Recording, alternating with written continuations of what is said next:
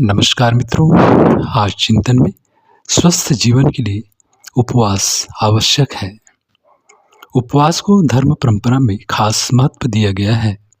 वह शरीर को हल्का करने, अतिरिक्त वजन घटाने और शास्त्र की भाषा में कहें तो मेद को कम करने के लिए है।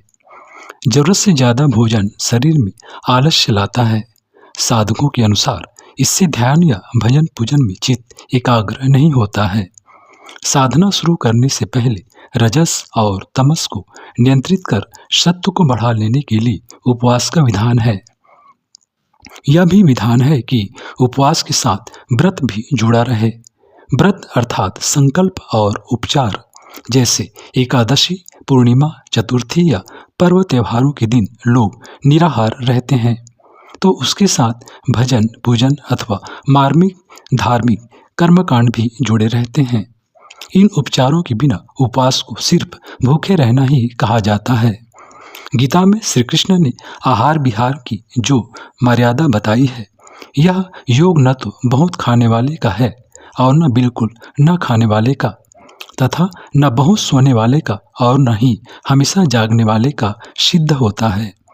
दुखों का नाश करने वाला यह योग तो यथोचित आहार विहार और कर्म में चेष्टा करने वाले का ही सिद्ध होता है। उपवास और उपचार के बाद आए संतुलन को अगला चरण कह सकते हैं। सभी लोग शुरू से ही इतने संतुलित और संयमी नहीं रह सकते कि उन्हें उपवास की जरूरत ही न पड़े। यूँ कठिन तप करते हुए उच्च कोटि के साधकों द्वारा लंबे समय तक कुछ नहीं खाने या पानी और दूध पर ही रहने के उदाहरण भी उपलब्ध है। स्वामी विवेकानंद ने अपने व्याख्यानों में पावहारी बाबा का जिक्र किया है, जो सिर्फ हवा पर ही रहते थे। 60-70 दिन तक कुछ भी खाए बिना रहने और तप करने के उदाहरण भी हैं, लेकिन ये उदाहरण अपवाद हैं। इन्हें नियम की तरह नहीं अपनाया जा सकता। शरीर विज्ञान के अनुसार तो निराहार रहने पर कुछ ही समय में शरीर के भीतरी अंग अवयव शिथिल पड़ने लगते हैं तथा पाचन संस्थान लड़खड़ाने लगता है। इसीलिए सामान्य आध्यात्मिक जीवन के लिए शरीर संतुलन साधने के अलावा 8-10 दिन के उपवास शरीर को भले ही थोड़ा कमजोर करते हों, मन को मजबूत बनाते हैं। आषाढ़ से शुरू होकर दशहरे तक उपवासों और व्रत त्योहारों का लंबा सिलसिला चलता है। यूँ पूरे वर्ष ही कोई न कोई व्रत उपवास किए जाते हैं, लेकिन 108 दिन की इस अवधि में लगभग प्रत्येक दिन किसी न किसी तरह के उपवास के लिए निश्चित है। इस अवधि की 8 एकादशी, पूर्णिमा, पूरा सावन माह, नवरात्र और चतुर्थी, पंचमी, अष्टमी आदि तिथियां विशेष संदर्भ लेकर आती हैं। निराहार इन सभी तिथियों में रहा जाता है, लेकिन प्रत्येक के साथ अलग अलग विधि विधान जुड़े होते हैं। उनके संदेश अभिष्ट व्रत के संदर्भ और अंतर कथा में देखा जा सकते हैं।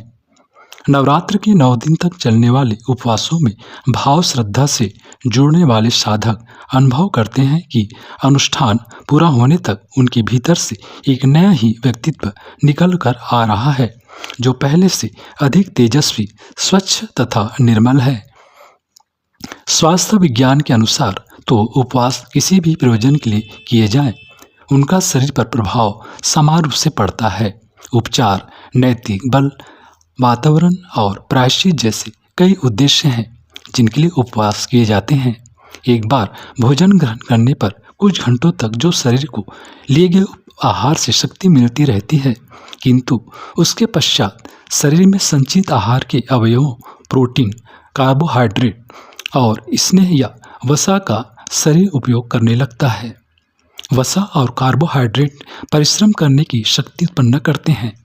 प्रोटीन का काम शरीर के टूटे फूटे भागों का पुनर्निर्माण करना है, किंतु जब उपवास लंबा या अधिक समय तक किया जाता है तो शरीर को प्रोटीन की कमी महसूस होने लगती है। उस कमी के कारण उत्तक बनने और ऊर्जा उत्पन्न करने की गति धीमी पड़ जाती है। 40 दिन से लेकर 80-90 दिन के भीतर शरीर पूरी तरह अशक्त हो जाता है। लेकिन आध्यात्मिक प्रयोजनों के लिए किए जाने वाले उपवास लंबे समय तक भी चलते हैं।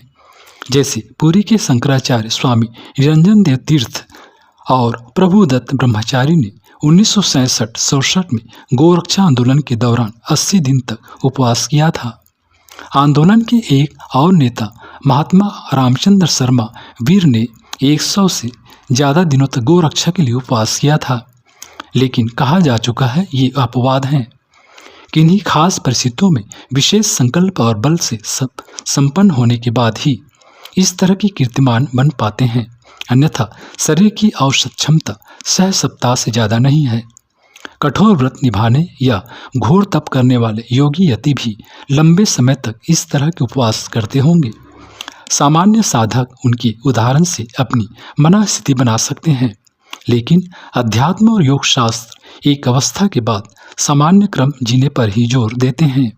जैसे श्री कृष्ण यथोचित आहार विहार अथवा बुद्ध सम्यक जीवन की ओर संकेत करते हैं।